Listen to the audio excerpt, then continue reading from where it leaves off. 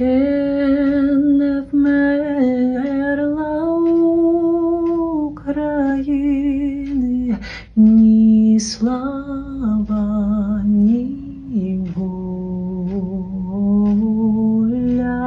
ще нам, браття українці, усміхнеться доля. Згинуть наші вороженьки, як роса на сонці, запануєм і ми, браття, у своїй сторонці,